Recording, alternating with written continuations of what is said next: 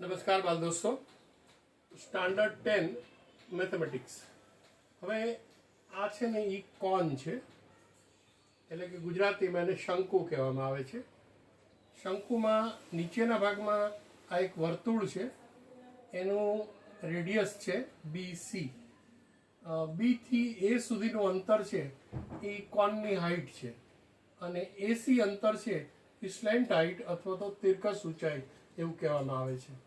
તો શંકુની કુલ સપાટી, આ ટોટલ આપણે જો કરવું હોય તો કુલ સપાટીનું ક્ષેત્રફળ છે πr_l પ્લસ πr².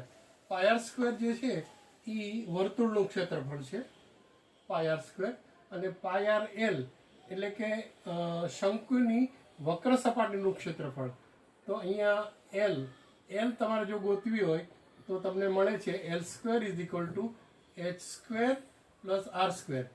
આનો સ્ક્વેર કરો, આનો સ્ક્વેર કરો, અને બેનો સરવાળો કરી અને એનું વર્ગમૂળ કરો એટલે l મળે છે. અહીંયા આપણને પાયથાગોરસ લાગુ પડે છે.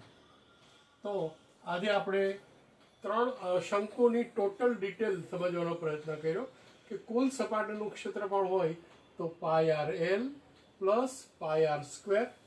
જો તમને l ન આપેલી હોય તો તમે ગોતી શકો h² r² નો સરવાળો કરી અને એનું વર્ગમૂળ કરો એટલે l મળી જાય.